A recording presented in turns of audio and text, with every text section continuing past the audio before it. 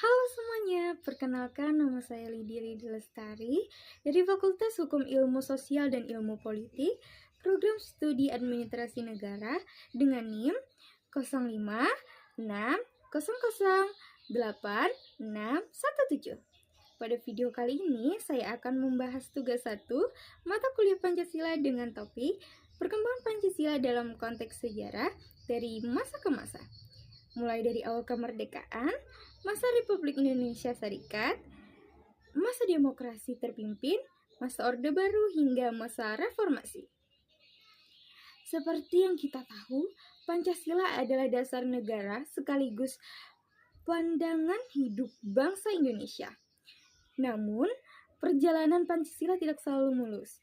Seiring perubahannya zaman dan sistem pemerintahan, penerapannya pun mengalami berbagai dinamika. Yuk kita bahas satu persatu. Pada masa awal kemerdekaan tahun 1945, Pancasila ditetapkan oleh PPKI pada 18 Agustus 1945 sebagai dasar negara dalam pembentukan Undang-Undang Dasar 1945. Nilai yang paling kuat tercermin adalah persatuan. Di tengah perbedaan suku, agama, dan pandangan, para pendiri bangsa mampu bersatu demi kemerdekaan. Dari peristiwa ini, kita belajar bahwa semangat persatuan dan gotong royong adalah sebagai fondasi, terutama di tengah perbedaan yang masih ada hingga kini. Selanjutnya kita akan pergi ke masa Republik Indonesia Serikat pada tahun 1949 sampai 1950. Indonesia sempat menjadi negara federal, namun semangat persatuan rakyat menolak perpecahan. Pada 17 Agustus 1950, Indonesia kembali menjadi negara kesatuan. Nilai Pancasila yang tercermin adalah nilai cinta tanah air dan persatuan bangsa, yang tetap relevan untuk menjaga keutuhan negara di era globalisasi ini.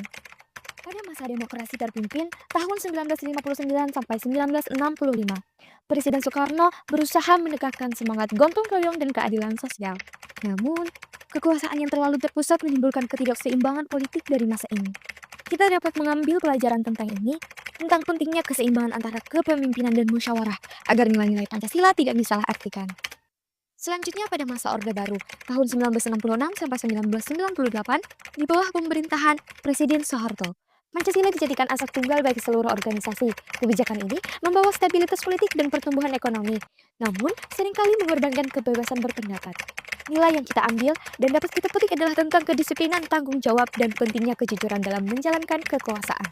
Akhirnya pada masa era reformasi setelah 1998, bangsa Indonesia kembali menegakkan demokrasi dan kebebasan berpendapat. Nilai yang menonjol adalah kemanusiaan dan keadilan sosial. Generasi muda dapat belajar bahwa kebebasan harus dijalankan secara bertanggung jawab demi keadilan dan kemajuan bangsa. Dari perjalanan panjang ini menunjukkan bahwa Pancasila bukan hanya sekedar dasar negara, tetapi juga pedoman moral dan arah bagi kemajuan bangsa Indonesia. Sebagai generasi penerus, kita memiliki tanggung jawab untuk terus mengamalkan nilai-nilai Pancasila dalam kehidupan sehari-hari. Mulai dari menjaga kejujuran, menghormati perbedaan, dan bekerja sama demi masa depan Indonesia yang lebih baik. Saya Lydia Lestari, terima kasih. Sampai jumpa lagi.